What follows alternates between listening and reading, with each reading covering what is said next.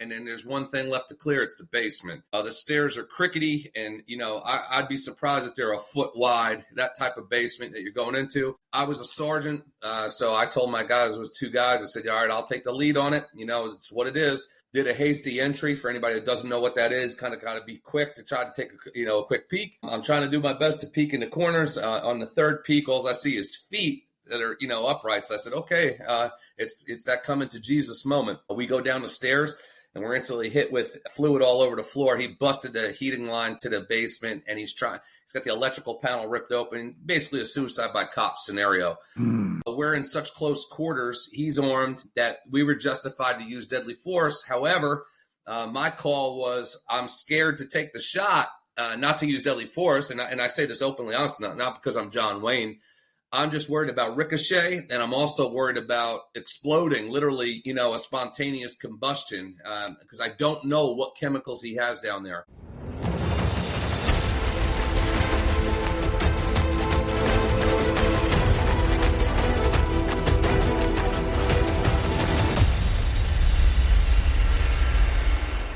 Hey, gang, welcome back to part 2 of our interview with an individual who refers to himself as Mr. Persistent and Mr. Annoying. And that's how you get things done. You thought I wasn't listening during the first part of the interview, weren't you? But you can see, ladies and gentlemen, we got Tom Rizzo back here. This dude is a hero amongst law enforcement. He's a legend. He's continuing to build that legend. He's a veteran of the U.S. Army. Hats off for service to our country, brother. And I know it didn't work out the way you wanted it to, but you still served. You stepped up. That means a whole lot right there, because so many people are not willing to step up. Tom is a 25-year veteran of law enforcement, continues as a captain with the Howell Township, New Jersey Police Department, where he's commander over the investigations division.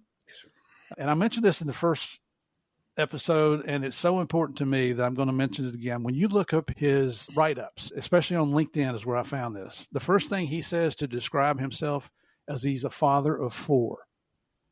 You got your priorities in line. When you say something like that, that's where your priorities are.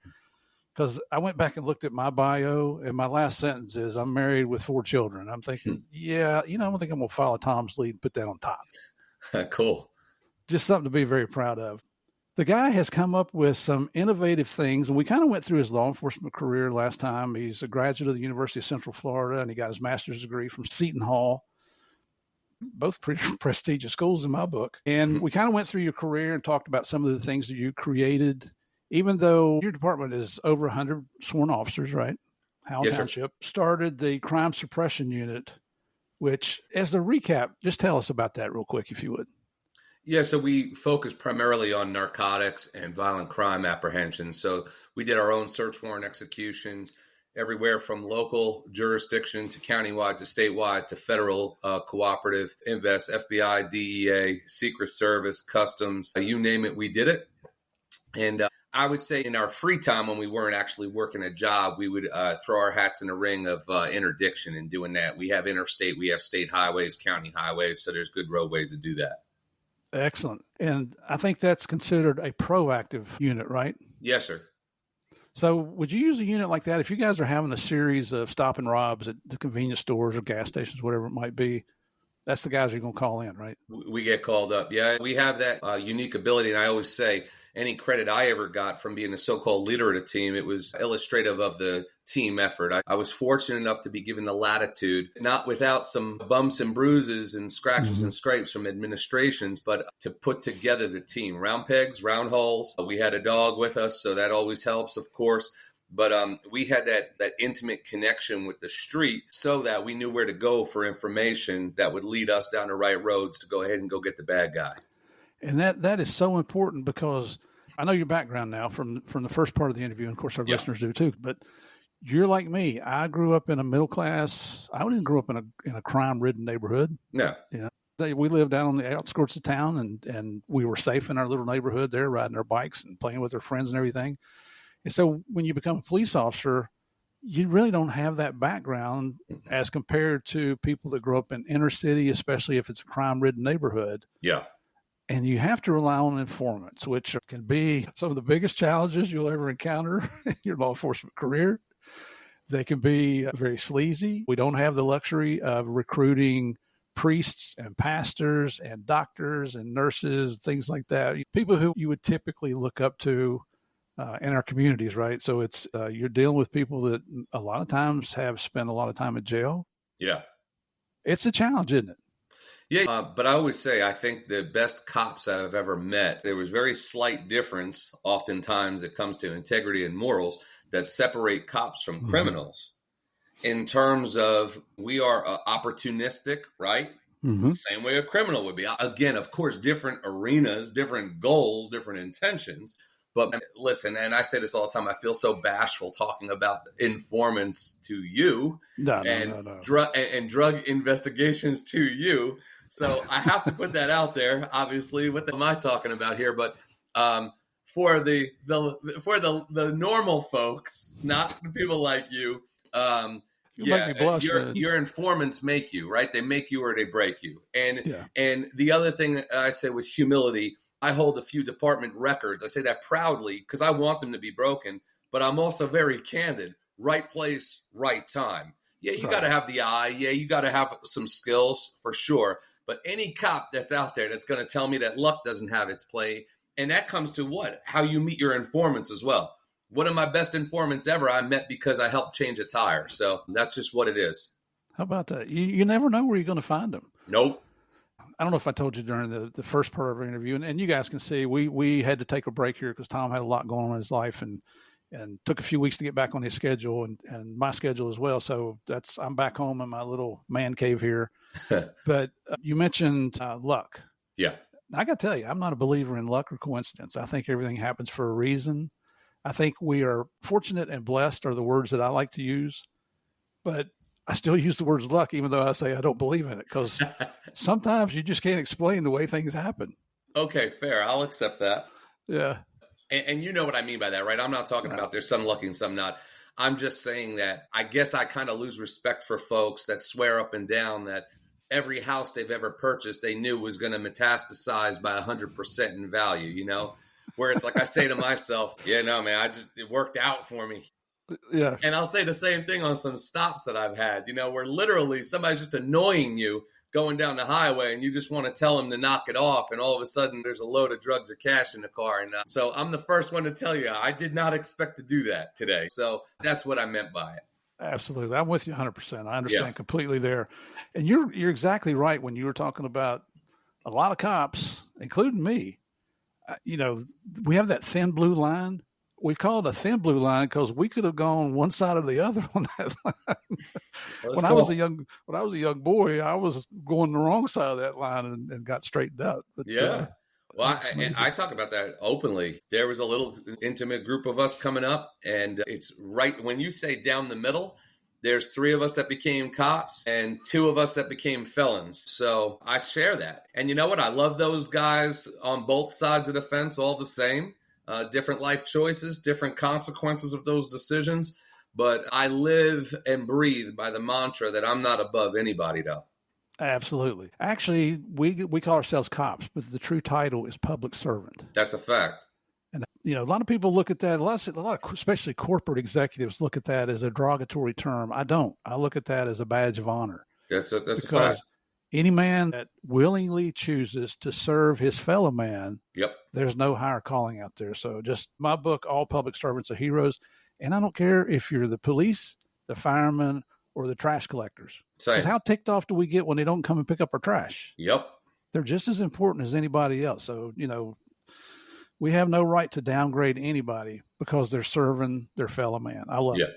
It's just you guys, all you guys are heroes in my life. I want to ask you a few questions here about things that you've been involved with. And I haven't told Tom what we're going to talk about today. So I'm surprising him as much as it's surprising you. Although if you're a regular listener, you hear these questions quite often. So in 25 years, you've seen a lot of stuff. What's the most dangerous event that, in your opinion, that you ever participated in your law enforcement career? So I guess I have a hybrid answer to that. One was, if you could picture a street where I work is a very unique area. There's everything from projects to trailer parks to $1 million homes and everything in between. And we got this call of a disturbance of some sort, possibly domestic. And I can remember vividly, there's an older gentleman walking in like a bathrobe, distraught. And he just says he's in the house. He lost his mind. We know the house. We're familiar with the house. We're familiar with the subject who lives there. Several time convicted felon, drug addict, deranged. He's a handful. So as soon as we see there's something odd with the house, we go ahead and make entry. The stove, all 4 burners are on. There's a unique smell. And we're like, we don't know what the deal is. And that's when we hear from outside, oh, now a female screaming, he's trying to blow up the house. But we know he's in there, but it's too late. We're in. So now it's, okay, it's a point of no return. As we're trying to shut utilities, we clear the house. There's no sign of this guy. And then there's one thing left to clear. It's the basement. The stairs are crickety. And, I'd be surprised if they're a foot wide, that type of basement that you're going into. I was a sergeant. So I told my guys, it was 2 guys. I said, all right, I'll take the lead on it. It's what it is. Did a hasty entry. For anybody that doesn't know what that is, kind of got to be quick to try to take a quick peek. I'm trying to do my best to peek in the corners. On the third peek, all I see is feet that are, upright. So I said, okay, it's that coming to Jesus moment. We go down the stairs and we're instantly hit with fluid all over the floor. He busted the heating line to the basement and he's got the electrical panel ripped open, basically a suicide by cop scenario. But we're in such close quarters. He's armed that we were justified to use deadly force. However, my call was, I'm scared to take the shot and not to use deadly force. And I say this openly, honestly, not because I'm John Wayne. I'm just worried about ricochet, and I'm also worried about exploding, literally spontaneous combustion, because I don't know what chemicals he has down there. So we had to do a distraction technique to get his, to look off to the side and then just do a quick tackle and get him into custody. But that was that moment of that, you can't really ever prepare for. It's one thing to think that you're prepared to take somebody's life. We don't ever want to do it. And I say this wherever I go throughout the country, I was totally prepared to do that. And I don't say that as a false facade of some type of exterior armor, like, look at me. Right. I was just like, what was funny, and I don't mean that comedically, ironically, I said to my guys, I said, I just don't want to blow us up. I mean, that's really the truth here. The ricochet might even hurt a bit, but I'm thinking about blowing us up. The other one that I laugh at, combat vet, one of my best guys. He's battle tested. He was in Ramadi, Iraq. This guy is cut from the same cloth as me and much better. He's a better human, a better man. I love this man. He's the guy you want to go through a door with. We go to an ambulance that's overturned, carrying a patient, overturned through power lines, and the power lines are this close. So the ambulance is no longer grounded because obviously the tires are upside down. And we hear them screaming inside the ambulance. So like Thelma and Louise, there's like a ditch. He's holding me by my belt as I'm trying to get the people out of the ambulance. And I turned back and I was like, and we're both best friends. I said, man, if I get zapped, you get zapped. We both die here. And the people are inside the ambulance screaming at us, get us out of here. We're like, we're trying. But both of us, we're daring each other who's going to be the one. And literally, you see these two, we try to be like, oh, look at us, we're badasses, holding each other by the belts, like looking like 2 little school-aged kids hugging each other, saying, you do it, no, you do it. And you know this, Steve. You're involved in things that you don't realize what it is that you're doing at the moment that you're doing it. Right. And then when that moment's over, every once in a while we exhale and I say, man, that was kind of a crazy one. And I don't ever think we come to terms with how close it is that we came. I know people that are listening to this right now, they're thinking, what the hell's he laughing about? He's about to electrocute himself. And we're just laughing like somebody told a good joke. It's funny. Yeah. A defense mechanism, right? Oh, that's a fact. Yeah. There's probably numerous times in any cop's life that's had any time on the job that's been involved in numerous calls of unimaginable things that react to the situation. And afterwards they sit back and thinking, what was I thinking there? That was stupid. Yes. But whether it's the grace of God or whatever, I mean, you come out alive and you just keep moving forward. Yeah, but you said that very well, and that's what I take very seriously at this point in my career. And I'll say I will give myself credit for that. Even years ago now, and people often look at me cross-eyed when I say this. My biggest talent is admitting my shortcomings and my flaws. It's not because I believe in being self-deprecating. I just think that I wish more veteran cops would do that to the younger generation instead of, oh, I had to go through it, you go through it. Yeah, that's cool. There are some things where you got to earn your stripes. Yeah. But then there's some other things where I think we could avoid each other from getting hurt, getting depressed, having mental health episodes if we would share in some of those. So for me now, I say, okay, we can have a chuckle about that experience, but now we should sit down and actually break it down and debrief it and say, I just want you to realize how close it is that we came on that one and how we could avoid that next time. Yeah. And we both, I'm going to guess that you've been in this, but I have where you have superiors, and I don't call them leaders because they were just outranking me, that you question the situation. And especially like, I'm thinking specifically if you're trying to take care of the people that work for you. Yeah. And that superior says, well, it took me this long to reach this rank. What do you think my priority is? You think I'm going to help these guys I don't even know? Well, that's not leadership whatsoever. But what leadership is, and you alluded to it, when you went in that basement, you're the ranking officer as a sergeant. You have your two patrolmen with you. And who went first? I did. That's called leadership. Yeah, I have to. And I've practiced that. What's funny about me is I'm the one who fantasized about doing the type of stuff that you did. And I never wanted to get promoted. I wanted to do narcotics for me. And I believe there's certain cops that have that in their DNA. There's some that I think choose to learn it, but then there's other ones that there's just something about that code of cop that's what you see. I don't care if you're small level. I don't care if you're medium level. I don't care if you're advanced level. And then you could roll your eyes all you want. And then there's those that belong on the Mount Rushmore level, right? So I always considered myself smaller to medium. That's all I ever did. I'm friends with, now I'm sitting here talking to you, I'm friends with guys and girls that did stuff that I fantasized about. Now, with that said, I just always believed in, though, that, I never wanted to get promoted. The only reason why I promoted is because I looked for folks to lead me. Mm-hmm. And if you're not going to lead me, I believe in a Patton quote, lead me, follow me, or just get out of my way. Yep. So that's that's it, man. Yep. Most good leaders, and I'm certainly not saying I'm a good leader. I was a leader. I probably was not nearly close to even being one of the best leaders. But I took the position that if I'm in charge, I have different responsibilities than what you have. Yeah. And I'm specifically talking about DEA, especially when you get up to the special agent charge level. Yeah. My job is to get you what you need to do your job. That's a fact. And you're going to know much more about your job than I do. But I think that's just what makes a good leader. That's one of the things. There's a lot of things that go in there. But the fact that you're going into a life or death situation, which you did repeatedly in 25 years, and you're leading your troops down there. And just think about this for those of you out there. How much respect would you have for somebody that's willing to do that? Yeah. And that's what we're talking about. And from respect comes loyalty. Yes. And when you've got loyalty, then you've got a tight-knit group of individuals that can conquer almost anything. Yep. I love it. This is very motivational. And I got to tell you, too, you said something about self-deprecating. You're doing that right now. You've done some fantastic things, but you're talking about fantastic things that other people did. Yeah. But that's what we should do, right? Yes. I think that you focusing on yourself to be 100% is great. I know that's what society calls for, but I've tweaked it in the past couple of years to look at it as, what if instead I take 100 people and I impact them to be better by 1%? You see, the sum is still 100 at the end of the day, but I believe the latter two of those examples is how you start a movement. So I think at this point, me at 100%, yeah, that's cool. And I got a couple plaques and a couple ribbons to say so. That's great. But that's not what leaves an impact. What leaves an impact is if I can effectuate some impact and some change on 100 people, even a little bit, minuscule, 1%. That's how I want to be remembered.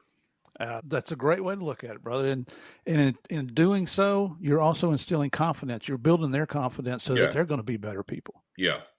When you're the cop out there in uniform, and I refer to uniforms as the real cops. Sure. Because while they want to do things proactively, basically, if you're working a beat, you're being reactive. Yeah. You have to be. That's right. And so for them to continue, you got to have that confidence. Yeah. People, when they're in need, they're looking for somebody to come in and take an authoritative position. And that doesn't mean come in and run roughshod everybody. No. But somebody has to come in and take command of that situation to try to bring resolution, to try to bring comfort to the victims, to settle the community down. Hey, you're safe. We've got this under control. Wow, I'm starting to pontificate here a lot already. Yeah, but you're making a lot of sense. You said before how, the cops are the heroes. I often say the same.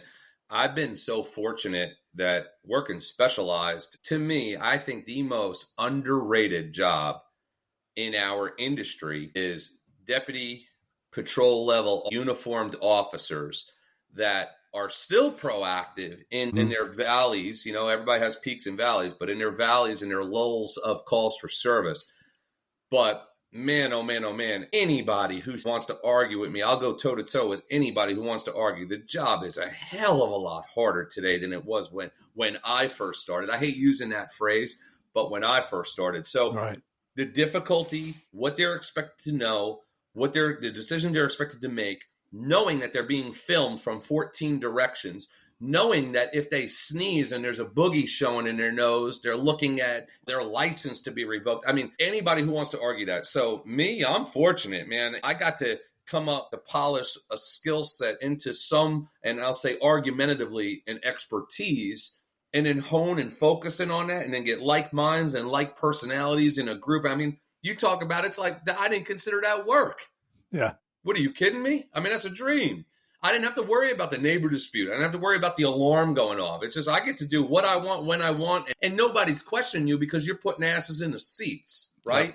Yeah, absolutely. But difficulty? I mean, I'll argue that all day of the week. Line level, uniformed, patrol, deputies, and those first line supervisors. My heart and my head gives them nothing but respect. Yep. That's the front line. That's the front line right there. Man, I was hoping I was going to be able to get you to come out of your shell a little bit today. So, hey, I warned you, man. It comes with a disclaimer. Well, and the reason I said that is because if you guys haven't figured it out yet, that's a man that I would follow into battle. I would go through a door with him right there. Because that's a guy that's confident in himself, confident in doing the right thing, and there's no holding back. Nope. You want to be like that. Yeah, why?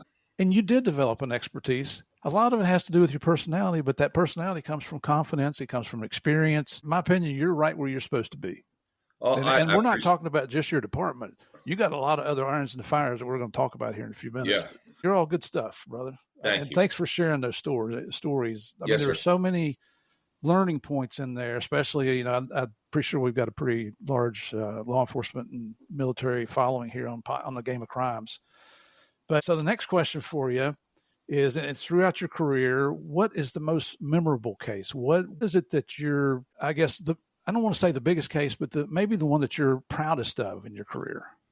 I got to give you another hybrid. The one I think proudest is just recently, and I wasn't the lead investigator on it, but I gave all the support, like you said, as a leader to my guy to fly out of state, to do everything that we could do. Every technological piece of equipment that we had, we just went everything. Let's put all our chips in.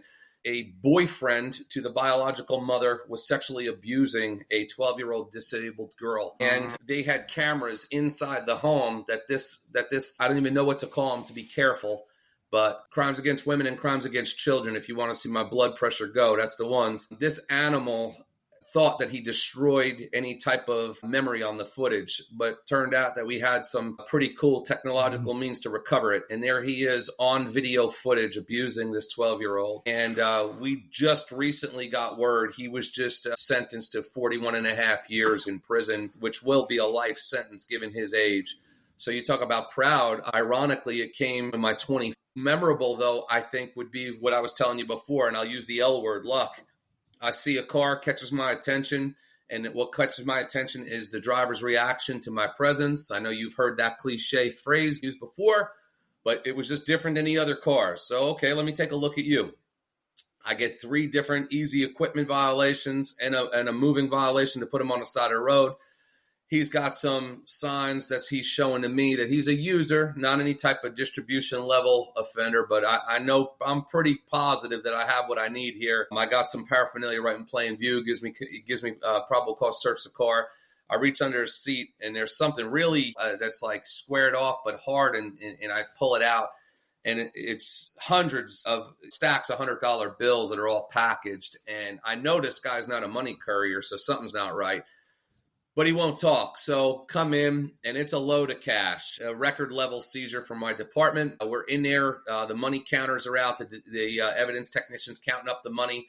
I literally watch a patrolman walk by and go, I believe this report I got to go take. And I just hear from another room, yeah, this guy's trying to say that somebody broke into his house, but there's no sign of forced entry and took hundreds of thousands of dollars in cash. Yeah, right. People just insurance scam.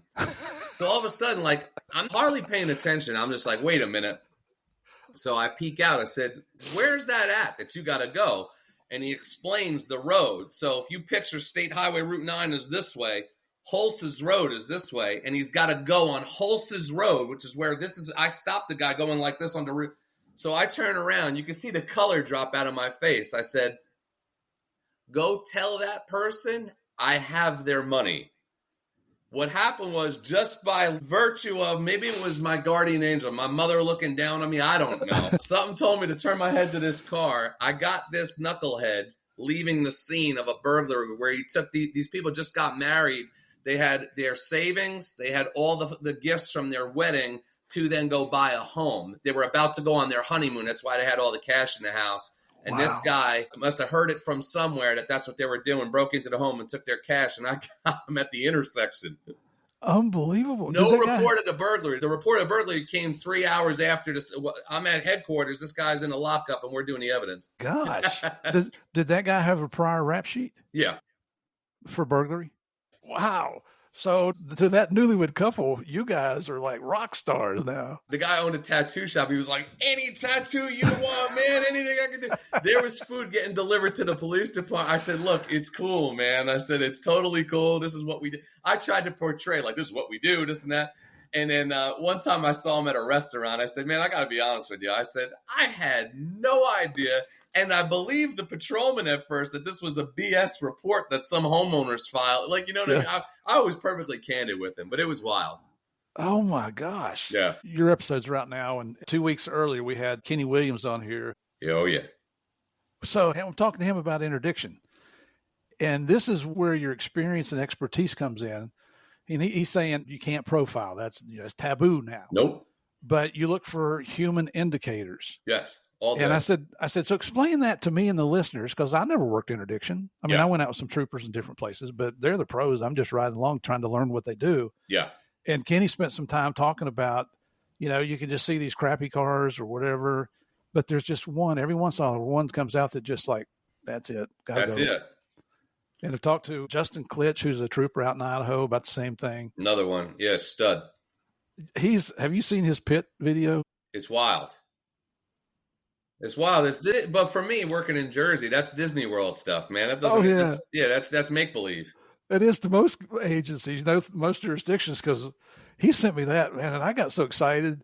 It's funny because last night I've got five granddaughters, and one of them called us late last night, and she was with her daddy, and he said, "Okay, before you go to bed, what do you want to do?" And she said, "I want you to watch some videos." And she's 8 years old. Yeah.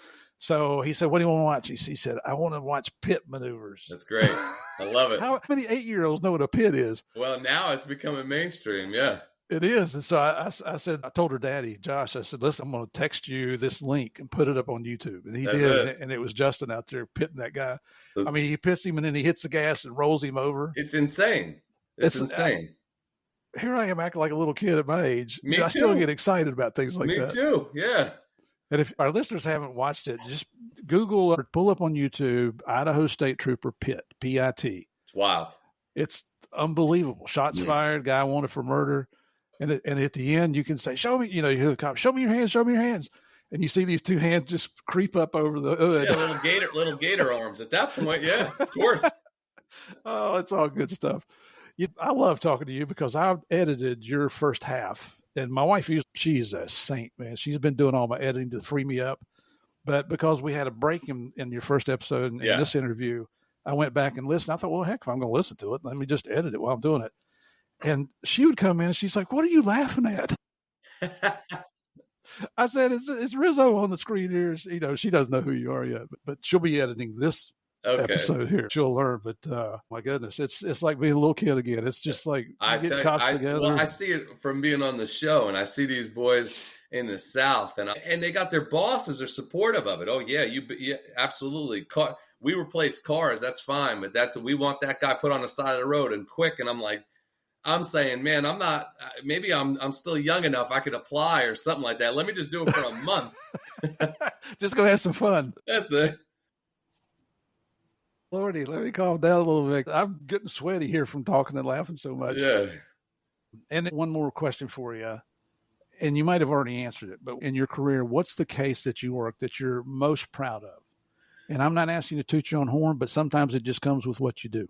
Yeah, I would go back to, like I said, those two, when you talk about proud, because it's like a culmination of the effort. But I think on the other side of it, working to bring successful closure to people when they don't think it's possible. For me, it's a combination. It gets blended almost into like a salad of different ingredients. And what I mean by that is different people in different places. So it could be, we received tri-state notoriety. We were the first in the area, and that's how we really started to put ourselves on the map to take strict liability homicide very serious. And for your listeners that aren't familiar, we here in New Jersey, it's called strict liability. Other states coin it as something different, but you being the distributor of the fatal dose of the narcotics that killed somebody. So when we got good at what we do, we became very aggressive in terms of going after the distributors of the fatal doses. When heroin hit its epidemic levels in New Jersey, we were legitimately a go-to. And it's very humbling to think as a municipal agency, when you have county, state, and feds coming to you saying, hey, could you help us with this? Hey, can you put together a plan? And as a leader of those guys, I mean, you talk about having a sparkle in your eye or a feather in your cap. But again, I made it very clear. Hey, listen, that's the guy to go to for that. That's the guy to go to for that. Mm-hmm. I have a couple of things in my, arsenal, but these are the guys for this job. So I would say the impact we had on families that were suffering, because I believe that addiction is like cancer. I think when one person in a house is an addict, I think the whole house becomes addicted. And I've seen families be torn apart. I have intimate connections personally to addiction. So for me, it was matching a passion to a purpose. Mm-hmm. We saw the effects of our passion meeting purpose in terms of being on the other end of a phone and hearing a distributor say, I'm not coming there. They knew better. I could tell you that we had a billboard on the state highway that said, come here and you're going to get taxed. So I would say I don't have an individual case. And I say this with humility, especially to who I'm talking to. They're blended for me because each one of them was the proudest moment to those people to see the successful closure of cases that up until that point, we were just pawning off as to, hey, sorry, we can't do anything about this. Yeah. Hats off, too, to those, regardless whether state, other locals, or feds, that recognize you have the expertise that they don't. They have an opportunity to learn. Yeah. And they can put their ego aside. Yeah. Because you know as well as I do, we have a ton of type A's in law enforcement. Oh, yeah. And there's so many that, especially once they start making rank, think all of a sudden they're God's gift to law enforcement. No, for that, I would bring DEA and FBI guys in the same room. Everybody knew when Tom was involved, he's going to be that like New York Italian. He's going to bring something to eat. He's going to bring, some type of coffee, and he's going to make us sit down. It would look like, crime families sitting down from a... But they knew if I was involved, there's not going to be fighting. I mean, I don't care, man. Everybody's got their specialty. Everybody, right. And I always did it with, people would ask me, how do you get away with saying the things that you say? And I think it's because people could see genuinely where I'm coming from. Yeah. It's all for the right reasons. Yeah. It's not about self-promotion. It's not about patting myself on the back. No. Let's get this job done. Yeah. And what happens, obviously, when they don't work together, who wins? The criminals. Yeah. And let's see, we said we're public servants. So how did we serve the public today by being little bitches and complaining about it? I can't stand Usually something silly. Yeah. That does bring back memories, and they're not good memories. Yeah. Yeah. But I love it. I love everything that you're saying. I love what you represent there, brother. You are one of those that represent all of us, the best of us. I try. So I appreciate the comments that you make about me. I worked one case that got blown out of proportion by a show on Netflix. Okay. But you know what it's done? It's given me a platform. Yeah. And it's given me a platform to bring people like you on here so that the world can see this. That's the whole purpose of this show. Yeah. Is to show the world the bravery, the commitment, the perseverance, the dedication to duty, all those things that are required to be a successful law enforcement professional. Well, it's funny you say that. People, I think, that don't know me might not know this. I never thought it would come to fruition getting the job for being a co-host on the show, On Patrol Live. And I said, for me, that's in my wheelhouse. And the reason why is because I love the opportunity to speak on what it is that we do and why it is that we do it. Yep. Because anybody who knows me knows I am ultra critical of leadership in our sector that fail to do that. It doesn't mean I'm better than them. I never say that. God knows I beat the hell out of myself. But man, oh man, oh man, I beg guys and girls out there in leadership positions to just get better at talking about what it is we do and why it is that we do it. And maybe, just maybe, it would mute some of those opposition voices that are coming out in places that from positions of ignorance. So that's my position on that. And you hit the nail on the head there when you said, get out and talk. If you're a leader, your people have to know what it is you expect. So you got to set the goals, and then you got to give them the tools to do their job, and then you got to give them the latitude to do their job. Fact. Some of these things are just so common sense to me, to you, but man, it's not to most people. Nope.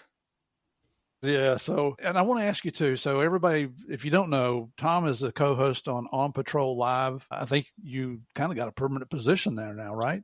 Yeah. So it was Live PD and originally on A&E. It was relaunched after Fox canceled Cops. A&E no longer aired Live PD. That was during the wonderful defund era. So it was relaunched on Reels. It's On Patrol Live. And I was so fortunate. I got this. They reached out on LinkedIn. It was like just a feeler. They said that we're going to be doing these with hundreds of people where it's a Zoom interview. It's recorded.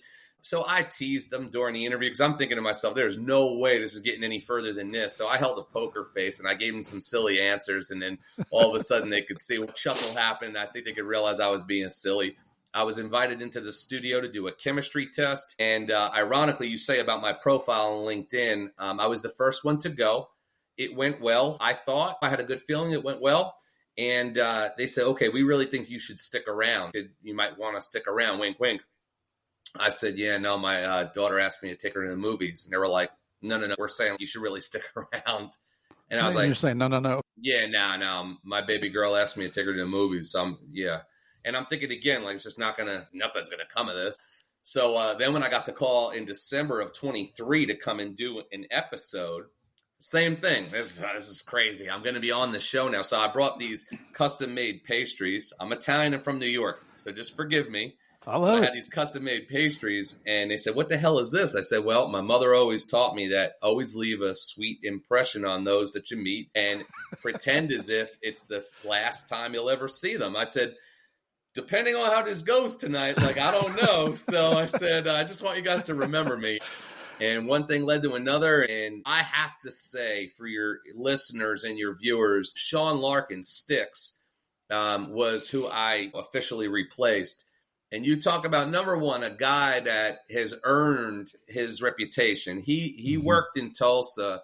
And I'll tell you that, where I work is not like that. Okay, this is a guy, street guy. And I mean, so you talk about a guy that had my respect over the DNA. Yep. And there's a DNA match. We hit it off, right? And I'm like, this dude is a stud. And what a big brother, nothing but courteous and friendly and, hey, let me help you. So you talk about making you feel like this is like a home away from home. And the staff. And Steve, I was there for not even a year, and they did this big thing for my birthday. Wow. And I'm like, man, I've been with my department 24 years. And it's like, yeah, whatever, man. Like, so a dream come true. Oh, that's fantastic. I mean, and you're going to continue with that. So the reason, though, I ask you that question is, have you noticed any jealousy in your agency because of that? It's bizarre. My agency specifically just won't even talk about it. So, which is bizarre because you talk about a recruitment tool, but you know what? That's the purpose of why I wrote my book. That's the purpose of why before the show, I was coast to coast speaking. I'm a trauma dog. I'm a trauma pet. And I came from an environment that I allowed to ruin relationships. And I say I allowed because I'm a big boy. And that is one thing. If the public only knew how inside the four walls of a building, we all wear these fancy shirts that say, I have your six, I watch my six, and all this good stuff. And I say this candidly. There is not a criminal element in this world that I'd be afraid to go after. I know my wires are twisted. I like that. I get an adrenaline rush. What has caused me stress and anxiety that I cannot even come close to matching has been what I've experienced inside the walls of the building. That's the nature of what it is that we do. We pretend as if I hit you in the kneecap for trying to get on that show. And the irony is, me personally, anybody who knows me, I will give you every tip and trick that I have. I will tell you every mistake I've made. If you want to write a book, if you want to speak, I'll tell you everything. And then I'll also be very honest with you and saying, I don't know how that happened. I don't know why they chose me. So, yeah, jealousy, I don't say those words. I don't know what it is, though. I find it bizarre, though, because I just know for me, if you mentioned Kenny is one of the best interdiction guys in the country. And I see some of the stuff he does, and I'm the first person to say, man, that is badass. Yeah.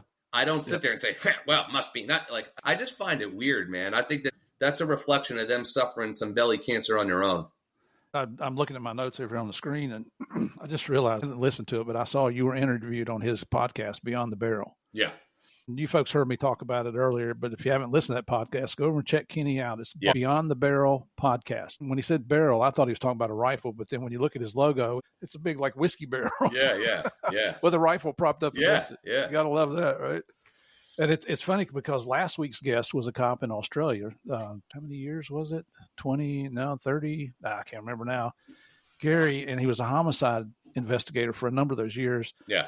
And some show came along in Australia, asked him to be the face of the show. New South Wales police agreed to it. Jealousy set in. They ended up charging him. Well, you know what? I don't want to waste the time on that. Go back and listen to Gary Jubilin's interview. That was episode 198, which was just last week's episode. So it's amazing. He ended up getting charged. They put a bolo out on him. He's a chief detective inspector in a 15,000-man agency, and they put a be on the lookout. They put out a capture. You got to listen to it. And it comes down to nothing more than jealousy. 100%. That's a shame.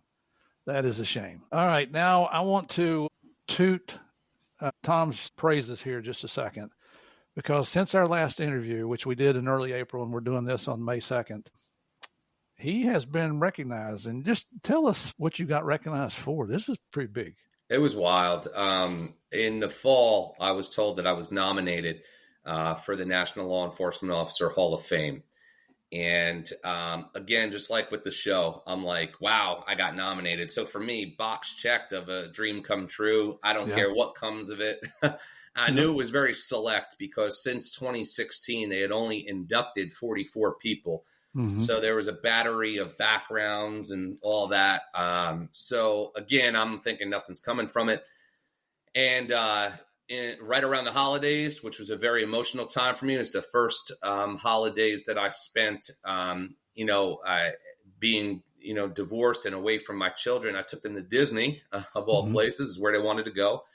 And while we were in Disney, I get the phone call that I had made it and I was going to be inducted under the category for the Founders Award, which is your service as a police officer and your service off duty for what you do for the community. And I was just flabbergasted. I was like, this is insane. I don't understand. So they had this big gala in Fort Worth on April 11th that I attended. And I got to have my family there to witness it. And for me, that was surreal because I always will have that asterisk in my mind of I set out when I started to get promoted up the ranks that I did have the goal to reach the chief of police level. Didn't happen. So for this to happen at this point in my career as my window's closing was surreal. And the fact that I was able to get to share that with my family was even more surreal. One of the members of my original crime suppression unit, he's retired. He lives in Florida, flew over to Texas to be there. A couple of the boys from Hazen, Arkansas from the TV show flew over to be there. I mean, you talk about crazy. My sister, who I rekindled a relationship with, my father, even my ex-wife and my ex-in-laws, because I felt like anybody who had been there as part of my journey deserved to share in the moment. So it was surreal. Wow. And so I'm telling you guys right now, and I'm going to give you his social media sites here soon, but on Instagram, you can find Tom at Tom Rizzo 70. And I don't know, what's the 70 got to do? What's that about? 70 Chevelle. That was my first car. And Okay. that's a part of my soul. But before we started recording, I went and looked it up to see what I could see on there, if there was any videos. You got to watch it. And I'm going to tell you, you might want to have a tissue on hand because they posted it. You can tell somebody's recording it from a streaming on a laptop. Yeah. But his son and his daughter get up and they get to present the award to him. And I'm like, oh my gosh, talk about striking at the heartstrings. I mean, that was just, I'll tell you what, the older I get, the more sentimental and emotional I get. If I sit here and talk about it too long, I'll start tearing up all over again. And I told him when we came on here to record today's episode that I can't think of a better way to be recognized than to have your own family stand up and talk about how proud they are of you, not only as a police officer and all your accomplishments there, but as their dad. And you can tell there's a lot of pride in these children of their father there. So check it out. Go look at the video. I think you'll like it. Let's see, what else? One other question here for you. You told us last time, you told us this time too, that you might be coming towards the end of your law enforcement career here. Yeah. Which I think is a detriment to the citizens that you serve. That's Murph's personal opinion. But I mean, what do you envision for your future? If you give up law enforcement, that's what we are. That's not a 9-to-5 job. That's a lifestyle that we embrace. Yeah.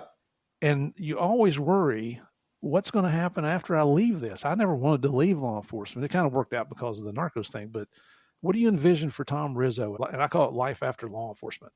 And I think anybody that's at that point will relate to this. I'm scared. And what scares me isn't the unknown. What scares me is making sure that, again, my passion meets purpose. Like right now, it is just innate that I go to work, I see, I do, and that's all I know. Mm-hmm. So I think to have that transition of mentality that I would no longer be in a position that I have to now be almost like an observant citizen, always there to help. If I saw a police officer in distress, that'll never leave me. Yeah. I say that often, my brain says go, but my body says no. Things are starting to break down on me, but just wait. I don't know. And what will ultimately make my decision, I haven't filed my retirement yet, but what will ultimately make my decision as to whether I press that button or don't will be the circumstances surrounding me. Law enforcement is something that I don't think will ever leave me, but the circumstances, I think, when I feel as if the circumstances contribute more to a detriment than they do to a nutrient, is when I know that it's time for me to step away. And again, as you could relate, I'm sure in your experience that you've seen, that comes down to a concoction of, organizational betrayals, political infiltration. Like, I've earned the right that I don't have to be a part of something like that if I don't want to be. So that's what would make that decision. I can't rule out that maybe I would look for a position in another organization. That started to happen at my 20-year mark, where I was getting avidly recruited. Hey, would you be interested in coming over to here and taking this job and as a leadership role in this department, this agency? I will never make another decision again while my kids are of age without consulting with them first, as I did for the television show, because that's Friday and Saturday nights. And so anything I do now, career objective wise, unlike in the past, and I practice what I preach now to others, I consult with them. Outstanding. That's a great answer. I mean, you've already got 1,000 irons in the fire, or let's say 100 irons in the fire. You're still teaching. Yes, sir. And we're talking about at the college level. You're doing keynote speaking. You're an author. I don't know if you have plans for more books. Yes, you're I do. On a TV show. You're a trainer in the law enforcement community.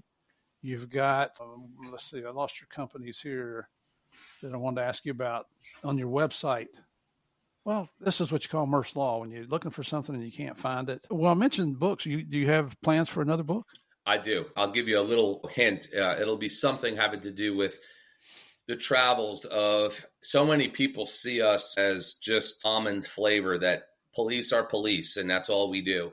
where Yeah. I would submit, as we were just talking about before, maneuvers, right?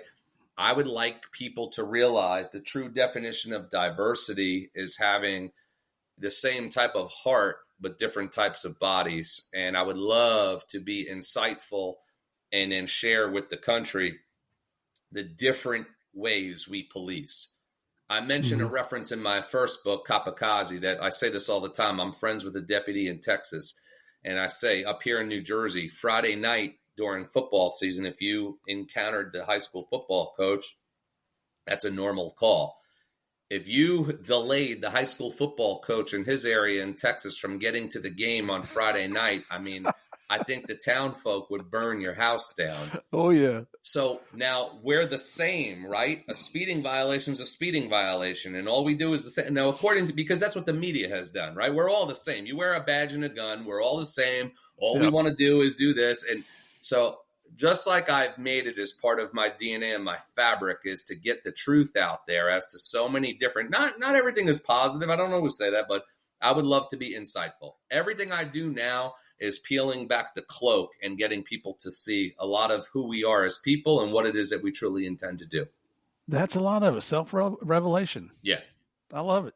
And I found my note. It's right there in front of my eyes. I highlighted it in yellow now so I can pick it out. Tell us what is Walk the Talk Consultants. So that was the company I created when I started to do a lot of the outside of New Jersey, when I started to go around teaching and lecturing. And then I started to do consulting. Like I work with a major biotech in California, and I help as they're about to market a drug. They'll bring in a leadership team. They'll bring from all over the world. They'll put leaders in a room, but they don't know how to deal with dynamic situations and break down problems and resolution strategies. Mm-hmm. So I match the cop world to the corporate world, and I enjoy the hell out of it because it's just a different venue. It's what we do. Mm-hmm. So like they like to hear it in this day. People are fascinated about police in general as to what we do. But we could use some of our experiences from a high stress situation or a dynamic situation, and you could apply it to a boardroom and people find value in that. So I started to do that as well and bring it to the corporate sector, whether it's consulting, keynote, speeches when they come together for a symposium. And I love it. I absolutely love doing that because, the toughest room is a room full of cops. You can't get them to laugh sometimes. My goodness. It's funny that you mentioned that because my oldest son is an orthopedic surgeon. He's a spinal surgeon at Children's Hospital of Atlanta. Yeah. And last year they had a spinal surgery conference out in Phoenix. Yeah. And each year they bring in one speaker, has nothing to do with the medical field. You get 15 minutes to do a little presentation. And so I showed him a few slides about Escobar. And I mean, you're talking to these people that have lives in their hands every day. Yep. And they're just sitting on the edges of their seat. And so at the end, I said, so of all the things we talked about, why is there a cop up here talking to you? Well, let's look at it from a different perspective. Are you guys leaders? Do you guys make decisions under critical circumstances? Are you involved in teamwork? And so you just expound on those and try to do this in 15 minutes. And then that night and all the next day, everybody I encountered has said, you've got to come back. You got to come back. We want to hear the whole story. You got to tell us more about leadership. And it just so happens that their next conference is in Nice, France this year. Oh, well. So I'm waiting on an invitation. You got to go. I'll tell you that right. I could see you with the beret on and everything. I mean, you'd be all right. You won't see that. I promise you won't see that. This has been so good, man. Hey, listen, if you need somebody to come with you, I'm just thinking just for secure, whatever it is. I just think it's always good to have somebody offer you a different perspective. I would take that sacrifice. You take one for the team. Taking one for the team. That's what that is. Man, I would do that for you, just so you know. I love you, brother. Okay, last question, and then we'll finish this thing up. You have any words of advice or wisdom that you would offer to people, especially those that are considering a career in law enforcement? Yeah, very good question. It would be, do not lose your sense of your personal identity for the sacrifice of assuming a professional camouflage. And I don't mean to sound all sorts of philosophical, but I always say this, and some leaders will be very, critical of me for this. I always believe that you work for yourself. You work with an organization. Mm-hmm. And why I say that is there will come times where the tide will, ride you freely and things will be great. You can't miss. But then there's going to be those trying times. And I think if you put too much of your compensation into working, oh no, I work for them, you'll be inevitably disappointed. And then we lose a sense of ourselves. Relationships get broken. All the bad things happen. And we morally resign. We stay engaged, right? Because once you're too far in, you say, oh, I'm too far in now. What else am I going to do? That's the worst. I think when you kill the spirit, and I know this is a controversial word to use, but when you kill the spirit of a warrior, the battle's already lost. Right. So I think it's very important to stay true to yourself, stay true to your virtues, your morals, your integrity, and always realize the standards you set for yourself, you're in control of those. You're in control of those. You work with an organization. So you have to be malleable to the organization, yes, but I'm saying you always apply what it is the organization expects of you with the tools that you already have in here. Right. And I think that is the key to longevity. I wish somebody had taught me that sooner, but I think a lesson learned should be a lesson shared. Yeah, and if you're thinking about a career in law enforcement, that's some of the most sage advice you're ever going to get is right there. That was free. That's something for you to consider now before you ever apply. Yeah. I'm telling you, it's not a 9-to-5. It's a lifestyle. Yeah. That's it. So let's just get into here a couple things before you go. Your book is called Kamikaze, A Crucible to Manage Mission Impossible. That came out July 21. And I apologize because typically I will get a guest book and read it before you come on the show, but I didn't realize you had a book out. Yeah. You can find Tom's books on tomrizzo.com on his website, or I found it on Amazon also. So support the brother there. And I just want to read this. I got this off your LinkedIn page talking about the book. This crucible is meant to provide a series of lessons, as the cliche rings, if I only knew then what I've come to know now. So for officers, a candid analysis of policing's trials and tribulations while offering a guide to navigate the treacherous path which has been paved. For officers' loved ones, which this is, in my world, that's critical because I refer to our families as our unsung heroes. Yeah. So this is something for our unsung heroes as well. A means to acceptance, forgiveness, and acknowledgement. And for the oppositionist, the naysayer, a means to an understanding, not necessarily an agreement. So that kind of sums up his book right there in a nutshell. I love the way you worded that. Did you have a ghostwriter or did you write all this? I wrote it. Dang, you did pretty good there, son. Thank you. Well, now you got AI, so you. I wish I had it then. But where can you find Tom? On Instagram, I've already told you, Tom Rizzo70. On TikTok, Tom070. On Facebook, Tom Rizzo. On LinkedIn, Thomas Rizzo. And his website, again, is www.thomasrizzo.com. Ladies and gentlemen, we are so fortunate to have you on here, Tom. I know you said some nice things about me, and I'll send you a check. I think I told you that last time, and I bounced that thing all the way up to New Jersey to you. I'll come charge you. I'll charge you. But it's, a true pleasure to have somebody on here that is so passionate about their work, who has taken a leadership role as being a public servant, who's not afraid to put themselves out there, talk about the trials and tribulations, but also the lessons that were learned from going through those trials and tribulations. So, brother, thank you, thank you, thank you. I hope that and I honestly mean this, I hope we have the opportunity to meet in person someday. Congratulations to you again on the National Law Enforcement Hall of Fame. Like you said, that's number 45. The thousands and thousands of cops we have in the United States, past and present, there's number 45 in the Hall of Fame. Wow. That's impressive. That just truly is.